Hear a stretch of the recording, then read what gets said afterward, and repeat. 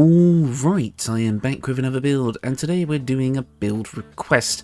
This is kind of a big fusion of build requests that I've kind of coagulated into one single thing. I was asked during the Theory Crafting livestream to make a melee spellcaster. That was it. That was the whole request. Just make a spellcaster that works well in melee. And it kind of got me thinking. I originally tried to make this a Sorcerer 9 Bard 3, taking advantage of the Silence spell, which Sorcerers, weirdly enough, don't learn.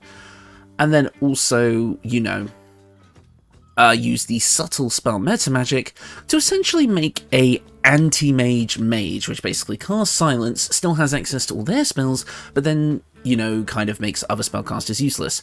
And it was a fun concept, but in testing, it was just so clunky and difficult to use, and it just ended up being really unfun, especially when I tried to mix the kind of concept with the feat Warcaster.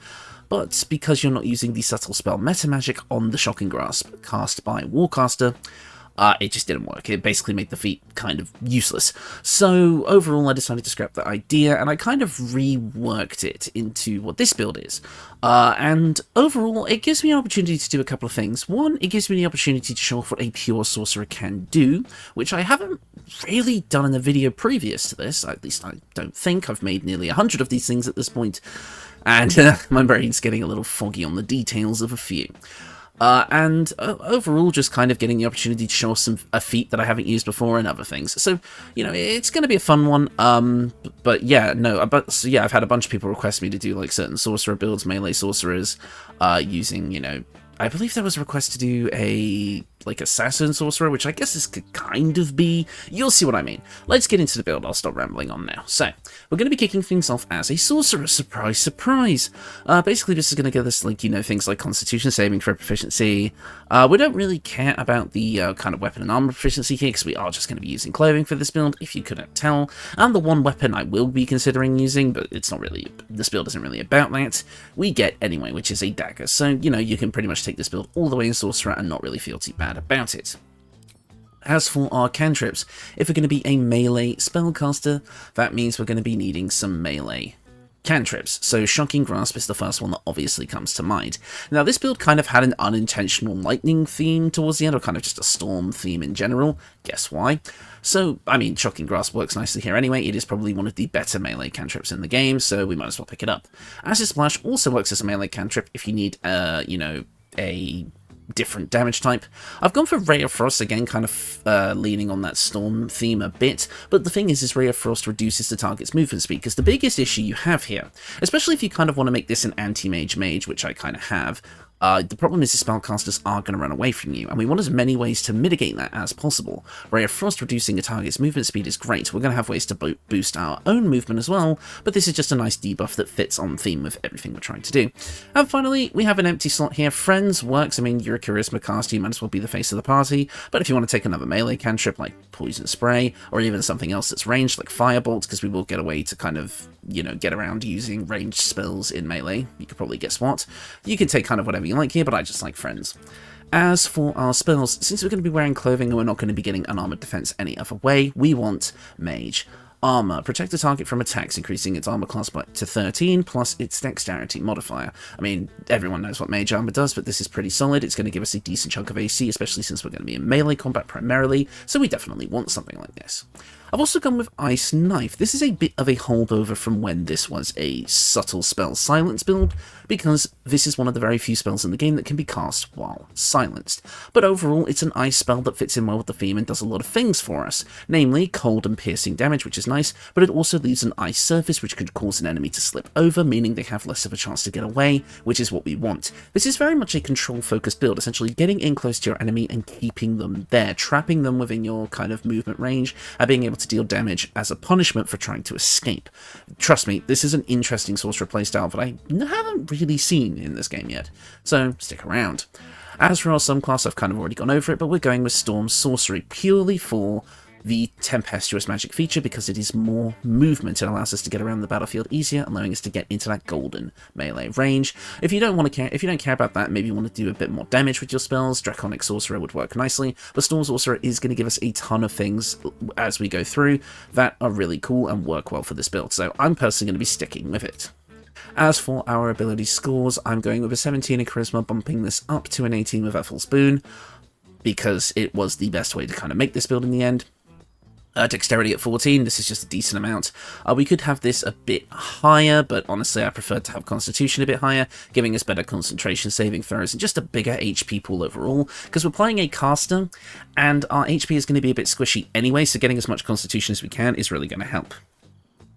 As for our proficiencies, I've gone with the Urchin background, and you can see I'm kind of playing a male Lothsworn Drow. I kind of feel like these guys may be like this kind of character may be from a special sect of magical, like, kind of assassins, but they were kind of like assassin slaves, because I know the Drow lore is a bit weird, but go with me on this. And so this guy is probably just trained in all sorts of, like, kind of assassination magic, in which case it's just throwing lightning at people, because, to be honest, shocking people with lightning is probably a very, very effective way to kill people.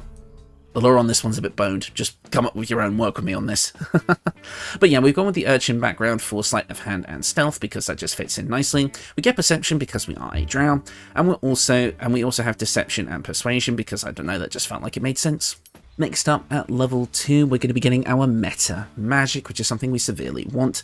I mean, honestly, being a sorcerer, like, Meta Magic is one of the most fun things in this game if you know how to use it right. And again, this was originally built around the Subtle Spell Meta Magic, which we don't even get at this level, which again was kind of another reason the build felt clunky, because the leveling up process would have been atrocious.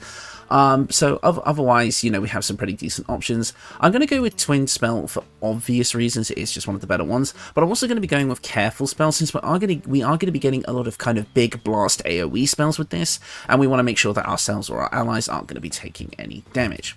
As for our extra spell, you can kind of take whatever you like here, it really doesn't matter, but Shield is one of the best utility options in the game, and I personally recommend it.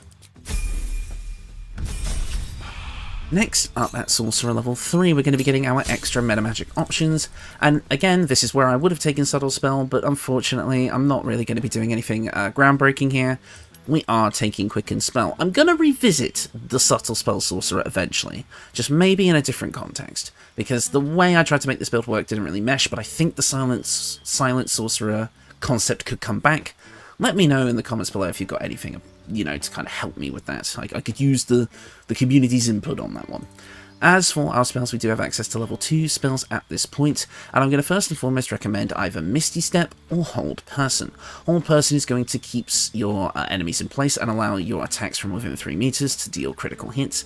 Or you can go for Misty Step to be able to catch up to people really quickly. I think Hold Person is going to be more important to start with, but we can grab Misty Step later. As a Lothsworn Drow, we apparently get nothing at this level. I'm pretty sure this is supposed to say Fairy Fire, but the game is just being a bit finicky. Next up at Sorcerer at level 4, we are going to be getting our first feat, and I think the one we're taking here is pretty obvious. The reason I went with Ethel's Boon was so we didn't feel like our stats were suffering for picking up a couple of feats early. We're going to be grabbing War Caster, giving us advantage on saving throws to maintain concentration, which is nice. We can also use a reaction to cast Shocking Grasp at a target moving out of melee range, so by spending our reaction we get to do our big lightning attack if an enemy just tries to move away from us. The Fools. As for our cantrip, we can take whatever we like here, and I quite like Minor Illusion just because it would allow you to isolate an enemy and then assassinate them if you were doing that sort of thing. But also, it kind of is a holdover from the Silence build, because this is also a spell that can be cast while silenced, so, you know, might as well grab it. And finally, we do get to pick another spell, and I'm going to take the aforementioned Misty Step. You can take whatever you like here. If you want another Blaster Caster option, I would take something maybe like Scorching Ray, or Burning Hands, or Shatter. Well, maybe not Shatter. But, you know, I think Misty Step, just to be able to catch up to our opponents, is quite nice. Cloud of Daggers could also work, because I think it also kind of works as like kind of a trapping move, but I do know that enemies can get out of it kind of easily. It's more just about dealing with damage, so it's entirely up to you, but I'm going to take Misty Step. At Sorcerer level 5, we get access to level 3 spells, and of course I want Counterspell. This is the anti-magic spell. This is literally what our build goes for, allowing us to cancel pretty much any spell, as long as we can match its spell slot level or succeed on a roll to stop it if it's higher. Overall, I think this is really good. It's going to make it's one of the most versatile and useful utility spells in the game, and it makes perfect sense for this build. And at this point, you could potentially replace a spell as well if you feel like one of these other options isn't being that useful, but I like all of these, so I'm not going to do that yet. But if you want to change things around and maybe pick things up again later, it's entirely up to you. One of the Sorcerer's biggest weaknesses compared to the other spellcasters, in my opinion, is the very limited spell selection you get, so being able to kind of interchange spells as you see fit is something you're going to want to manage. As for level 6 of Storm Sorcerer, this is where the fun kicks in. We're going to get resistance to lightning and thunder damage, which is awesome. We're also going to be getting Heart of the Storm. Whenever you cast a level 1 spell or higher that deals lightning or thunder damage, you cause a small local storm. All enemies within 6 meters take 3 lightning or 3 thunder damage. It's more damage. So, you know, if we were to cast like something like, I don't know, lightning bolts, we're going to be doing even more damage. For the record, you could have also taken Witch Bolt. I usually overlook this one because I hate it, because it is a concentration spell that deals 1d12 lightning damage, which is bleh. But it might have a place on this build to specifically trigger this feature if you wanted to, but honestly, at this point, just use Lightning Bolt. It's better. We also get other spells which are awesome for this build. Cool Lightning, an alternative to Lightning Bolt. Maybe not as good in this situation, especially since it takes our concentration, but hey, it's there. Sleet Storm, which disrupts the concentration of spellcasters. Literally what we're going for. Makes perfect sense.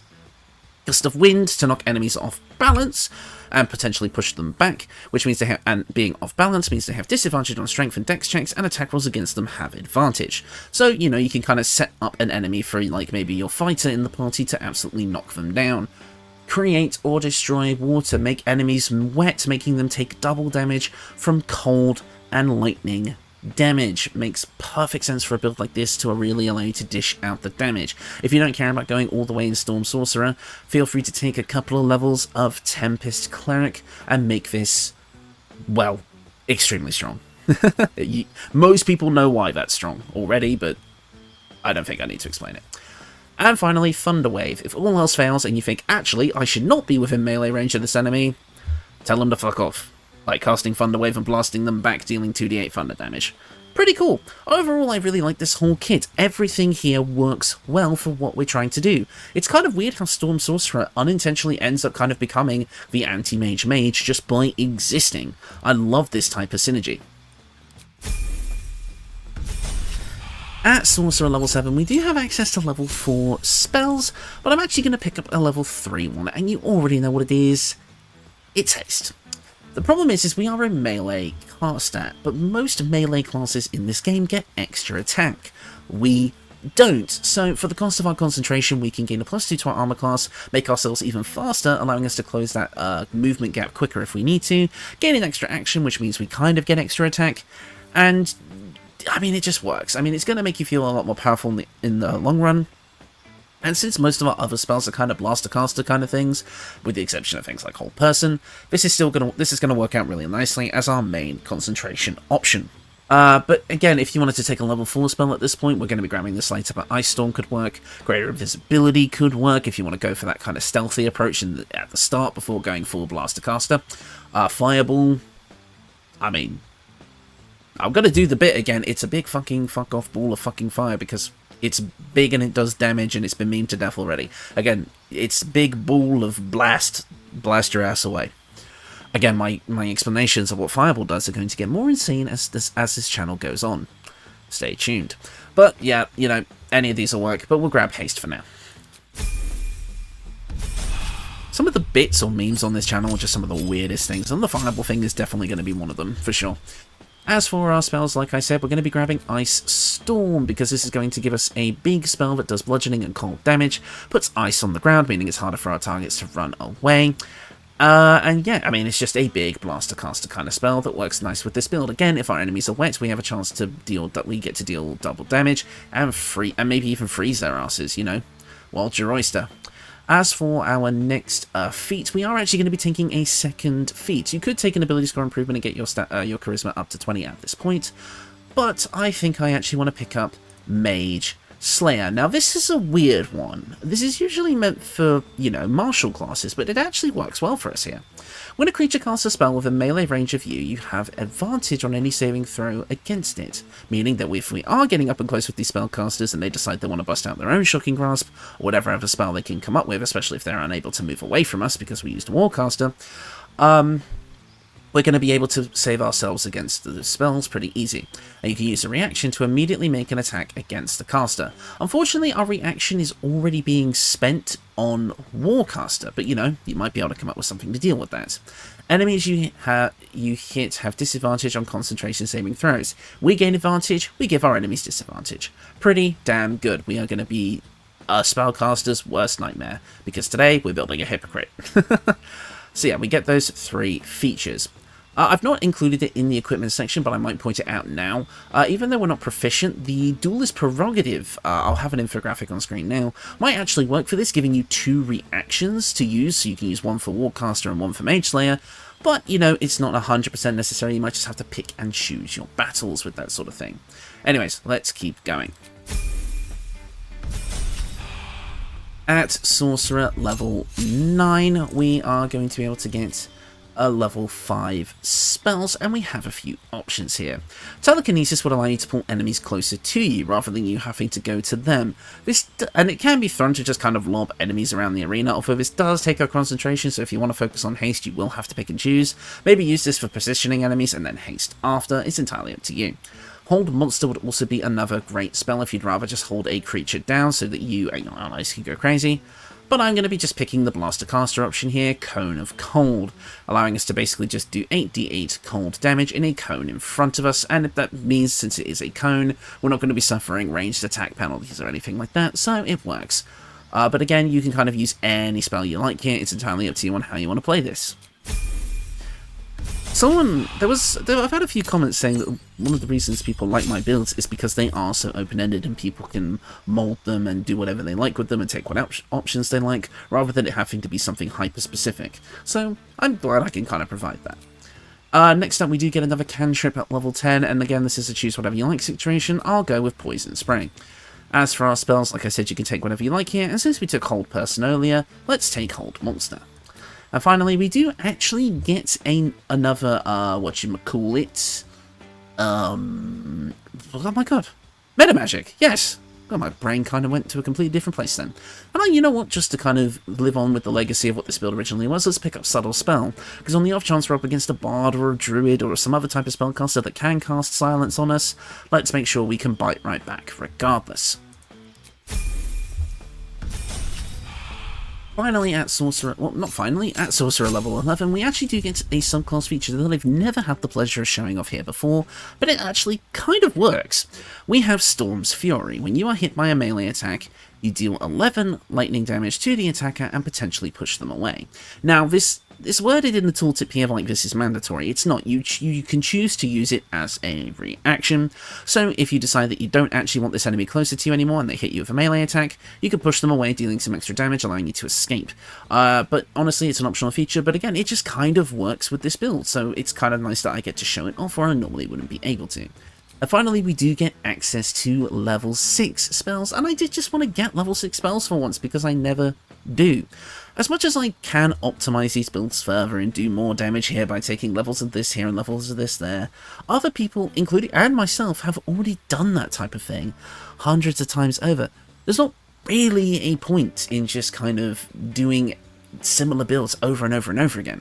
So I kind of like just being able to build something a bit different every so often, and building a straight sorcerer when I really haven't before is quite a nice change. So let's grab Chain Lightning, dealing 10d8 lightning damage, and is able to bounce those 3 more bolts of that damage to nearby targets within 18 meters. Bloody awesome. Imagine dousing a bunch of enemies in water would create water, and then sending lightning all between them, and the lightning and the water, you know, gets electrocuted, and they go, brah! It's cool. I love it. I like this build. I do. It's simple but effective. And finally, at level 12, we are going to get a few more things. We now have our final amount of sorcery points, giving us a decent amount, I believe 12. And we also do get to pick another level 6 or lower spell. And it's entirely up to you what you want to pick at this point. I mean, any of these are decent options. I mean, I don't even know what I would pick here. We could go for something like Globe of Invulnerability if you really just need to tank a little bit, but then if you get in melee range, then you use this, then all your enemies are also invulnerable, so I don't know, it's kind of a pick your favourite situation. I don't even know what I would take here, so you know what, I'm going to leave this completely up to you. Let me know what you would take as your final spell option below while I go against every fibre in my being and take Witch Bolt, which will probably be the only time I do so, but I'm leaving this slot open to whatever you guys think. And of course, our final feat is going to be an ability score improvement to bump up our charisma to 20 total.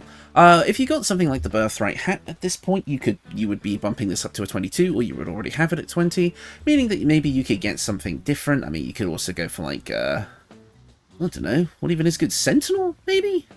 I don't know, we're kind of reaction heavy at this point. So, I don't know. Let's just go with an ability score improvement, just to keep things simple. And that is the build. Overall, what you're going to be getting out of this build is a very unique playstyle, being able to get in close using kind of melee range attacks rather than ranged ones, and, you know, being able to keep your opponents locked in place using various attacks and other means to kind of stop them from being able to get away, inflicting a ton of status conditions, and really making any spellcaster's day a living nightmare. Overall, I actually think this is quite a fun playstyle overall. Yes, it's got flaws, as do most of my builds, but I feel like, again, if you just kind of mess around with this sort of thing, you're going to have a fun time. The concept is there. Pretty much every single spell here is going to work within melee range in some way or another, and even if they don't, we have a way of circumventing that. So, let's get into the equipment. Starting things off, I'm going to quickly talk about the weapons as they are the least important part of this build. Obviously, the whole point of this build is to use melee spell attacks, such as Shocking Grasp, maybe even Ice Knife, Lightning Bolt, all of this good stuff. So why would we even have weapons? Well, there's a couple of things. Number one, I wanted the Club of Hill Giant Strength to give us 19 strength, because why not? If we're not using weapons, we might as well still use the slots. But I've also thrown the Sorcerer Dagger in here, which will work with the strength we get from the club. Basically, what all this is going to do for us is give us kind of a melee weapon if all else fails, but it also is on theme because it is going to allow us to silence targets on hit. Again, making us, you know, that Mage-Slayer type deal.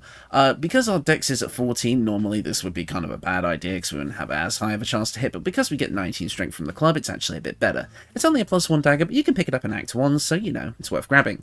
But I've also got a +2 hand crossbow here because, well, I don't really want to just be holding a stick the whole time.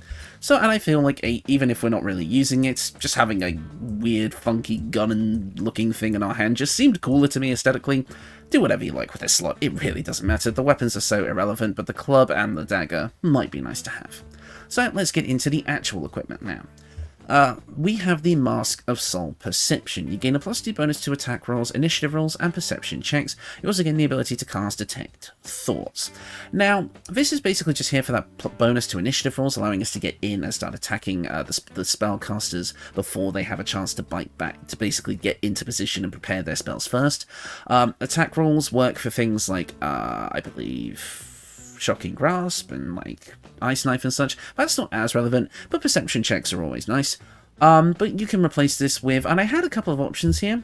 We have the Gibbous of the Worshipful Servant. If you don't care about using Warcaster, this might be a nice replacement. It would give you a momentum, which increases your movement speed equal to your Charisma modifier, but it would also give you advantage on concentrating saving throws, so it might be a nice option.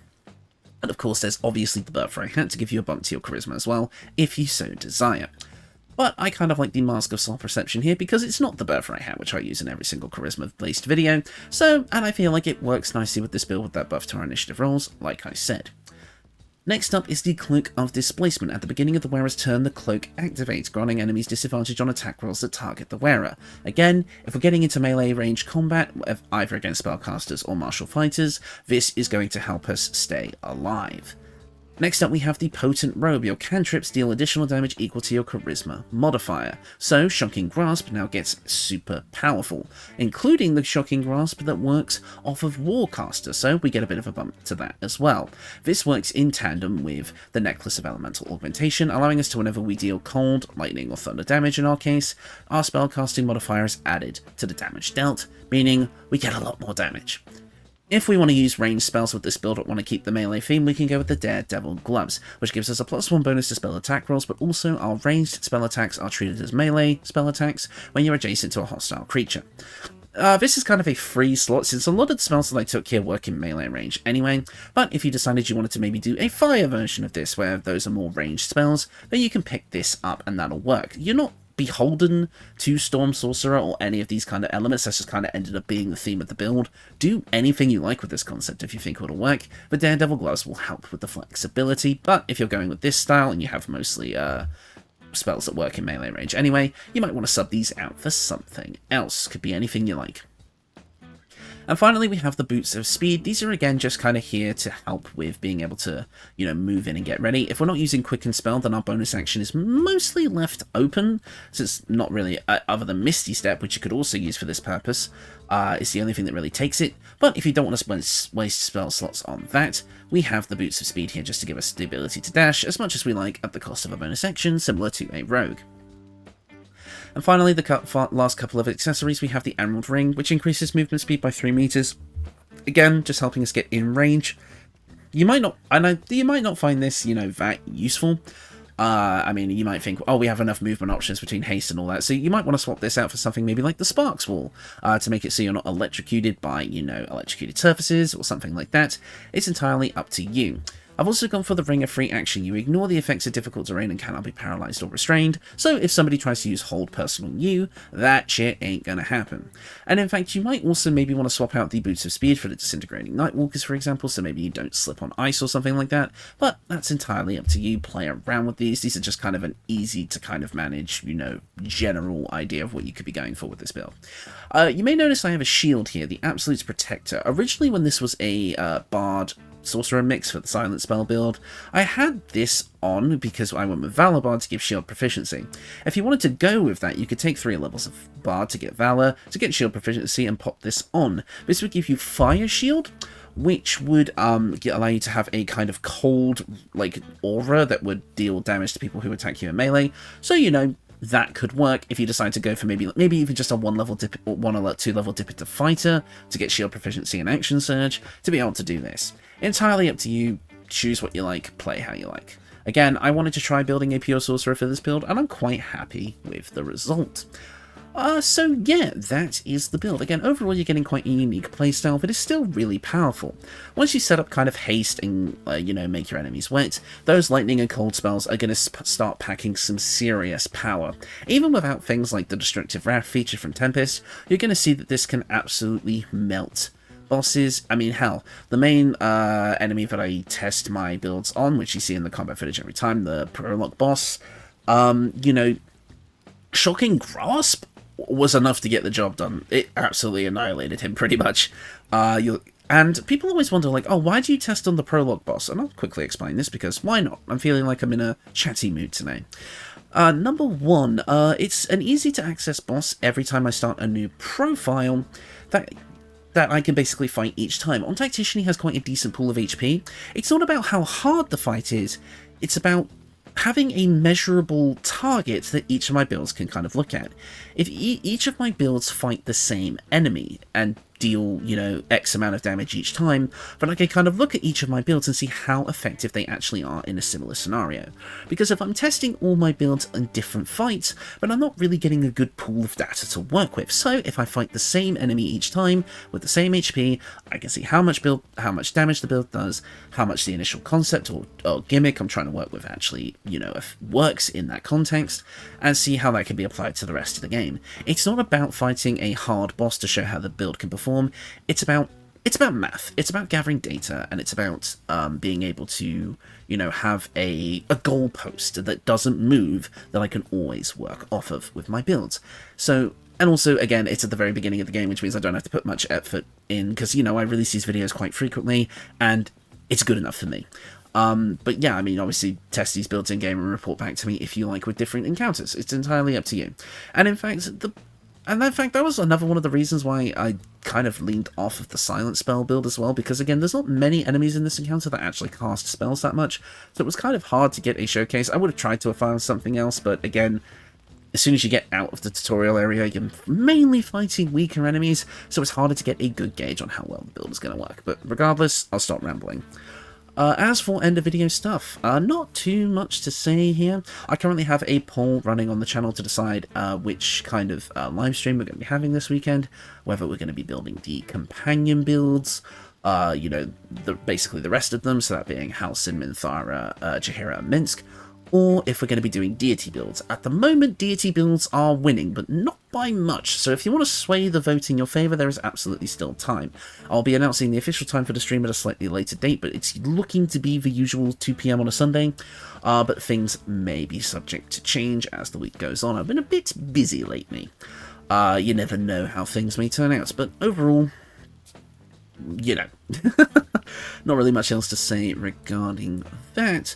Otherwise, yeah, I don't think there's much else going on. I'm still kind of making my way through these build requests as I go. I might take a break on Friday just to kind of do another build that somebody, like, kind of gave me an idea for in the comment section of a previous video, and it kind of got my brains racking, and I really, really want to give it a go.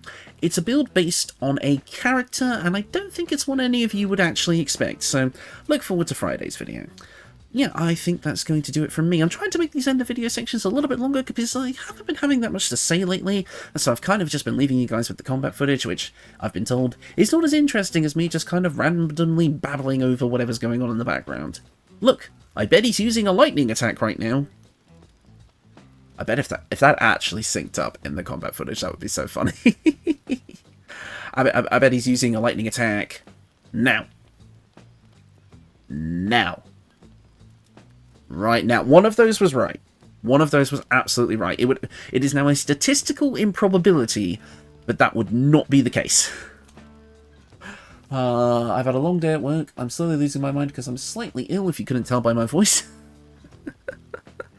Man, I'm gonna leave. I'm gonna go now. I will see you all next time, and thank you all for watching.